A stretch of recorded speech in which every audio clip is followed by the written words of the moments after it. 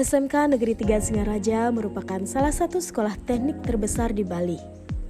Siswa di sekolah tersebut sangat memacu keterampilan mereka untuk dapat bersaing dan dilirik oleh dunia kerja. SMK Negeri 3 Singaraja juga merupakan sekolah pusat keunggulan yang dimana pada sekolah ini salah satunya harus menjadi keunggulan di tiap proses pembelajarannya. Namun, berbeda dengan kami sebagai pengajar mata pelajaran normatif.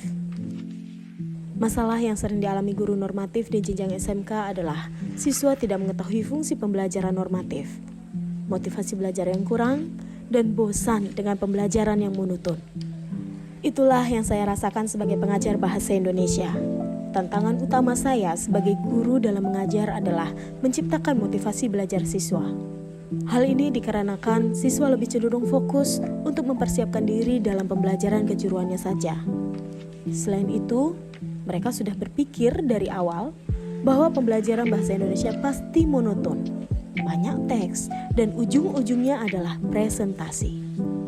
Walaupun guru sudah berusaha menyampaikan fungsi dari pembelajaran bahasa Indonesia, namun dengan motivasi belajar siswa yang rendah, maka pelajaran tersebut tidak akan terlaksana dengan efektif. Maka dari itu, muncullah dalam benak saya untuk melakukan teknik pembelajaran bahasa Indonesia dengan metode gamifikasi TKS. Temukan, konfirmasi, susun dengan menggunakan aplikasi WordWall. Dari hasil wawancara yang saya lakukan kepada siswa, ada pun situasi yang saya dapatkan. Yang pertama, kebanyakan siswa yang menganggap pelajaran bahasa Indonesia membosankan karena penuh dengan teks. Kemudian siswa hanya ingin belajar sesuatu yang berguna bagi mereka secara nyata setelah mereka tamat nanti. Bahasa Indonesia tidak dianggap relevan dengan dunia kerja mereka. Hal inilah yang membuat siswa kurang motivasi dan ikut berpartisipasi aktif dalam pembelajaran. Saya berharap siswa mampu berkomunikasi secara sistematis dengan proses dasar latihan menulis. Akan tetapi, pada kenyataannya, jangankan mereka mau menulis, termotivasi untuk belajar saja masih sangat sulit. Tantangan yang saya hadapi sebagai guru bahasa Indonesia adalah, yang pertama, siswa tidak tahu fungsi dari pelajaran yang mereka dapatkan, sehingga mereka tidak bisa mengaitkan fungsi pelajaran yang mereka dapat akan berhubungan dengan kejuruan mereka. Kemudian siswa tidak memiliki motivasi belajar dari awal. Mereka hanya ingin bekerja dan bekerja. Tantangan yang ketiga adalah pelajaran bahasa Indonesia dianggap membosankan bagi mereka. Halo para guru hebat di Indonesia. Perkenalkan, saya Yuniarti Rahmalia Hapsari SPD. Saya merupakan salah satu pengajar bahasa Indonesia di SMK Negeri 3 Singaraja. Pada video kali ini saya akan berbagi praktik baik mengenai proses pembelajaran bahasa Indonesia dengan menggunakan metode gamifikasi TKS. Temukan, konfirmasi, susun. Dalam video tadi sudah tersampaikan bagaimana tantangan saya sebagai seorang guru, khususnya guru bahasa Indonesia ketika saya mengajar. Tentu saja saya melakukan proses pembelajaran dengan menggunakan pembelajaran berdiferensiasi. Berdiferensiasi yang saya gunakan yakni yang pertama adalah saya menggunakan media pembelajaran dan bahan ajar yang bervariasi. Kemudian saya menerapkan pembelajaran berdiferensiasi baik dari media yang saya gunakan dan proses pembelajaran yang tidak monoton dalam kelas. Adapun strategi kegiatan pembelajaran sebagai berikut. Yang pertama, guru meminta siswa membentuk kelompok. Siswa dipersilahkan membentuk kelompok dengan anggota yang mereka inginkan. Hal ini dilakukan agar siswa nyaman dengan teman yang akan diajak berkolaborasi. Yang kedua, setiap kelompok akan diberikan instruksi satu persatu mengenai langkah pembelajaran ketika itu. Pada kegiatan menemukan kata, pembelajar akan menampilkan kata acak menggunakan aplikasi WordWall.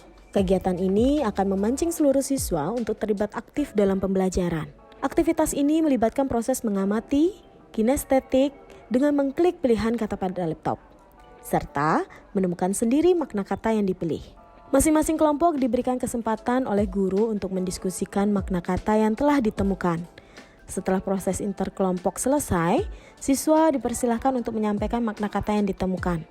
Pada proses ini akan melibatkan proses menganalisis, mengamati, menulis, dan berbicara.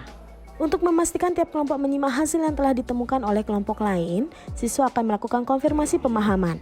Pada kegiatan ini, guru menampilkan deretan nomor yang mengandung pertanyaan terkait makna kata yang sudah ditemukan siswa pada proses sebelumnya. Setelah itu, perwakilan setiap kelompok bisa ditunjuk guru ataupun inisiatif siswa itu sendiri untuk maju membuka nomor yang mengandung pertanyaan. Setelah semua soal selesai terjawab, langkah terakhir adalah satu orang siswa diminta ke depan untuk menyusun kata acak yang ada pada laptop. Jika semua proses pembelajaran telah selesai, maka siswa dan guru secara bersama merefleksi kegiatan pembelajaran yang telah dilaksanakan. Adapun hasil positif yang saya dapatkan setelah saya melakukan aksi pembelajaran yang sudah saya terapkan. Jadi dari penerapan metode gamifikasi dalam pembelajaran bahasa Indonesia di tingkat SMK tentu saja telah menghasilkan berbagai dampak positif yang layak untuk direfleksikan. Hasil yang saya dapat adalah yang pertama, implementasi pendekatan aktif, pemanfaatan teknologi, dan pendekatan gamifikasi secara signifikan tentu saja dia meningkatkan motivasi siswa. Kemudian yang kedua adalah keterlibatan siswa dalam proyek kolaboratif dan permainan tim memperkuat keterampilan kolaboratif mereka.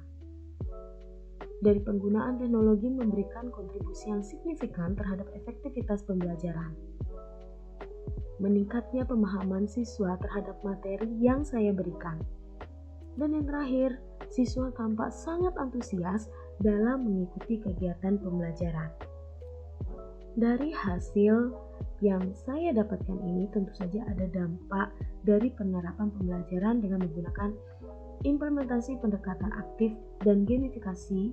Tentu saja ini dapat merangsang partisipasi aktif siswa dalam setiap sesi pembelajaran. Siswa tidak hanya mendengarkan, tetapi juga mereka terlibat dalam berbagai aktivitas, meningkatkan interaksi dan kualitas diskusi mereka. Dengan belajar bahasa Indonesia menggunakan metode bermain seperti tadi, saya merasa sangat senang dan tidak membosankan lagi. Kalau saya menggunakan pelajaran seperti yang tadi, saya sangat senang dan tidak mengantuk lagi. Kalau saya merasa sangat senang dan ingin maju mencoba ke depannya lagi. Demikian perasaan kami terhadap pembelajaran bahasa Indonesia menggunakan metode bermain seperti tadi. Diteruskan lagi ya Bu. Makasih Bu Niar. Terima kasih. Demikianlah video praktik baik yang telah saya lakukan. Terima kasih atas support dan dukungan dari seluruh keluarga besar SMK Negeri 3 Singaraja. Semoga video saya ini dapat berguna dan dapat dijadikan inspirasi oleh seluruh guru-guru hebat di Indonesia. SMK bisa, SMK hebat. Terima kasih. Salam.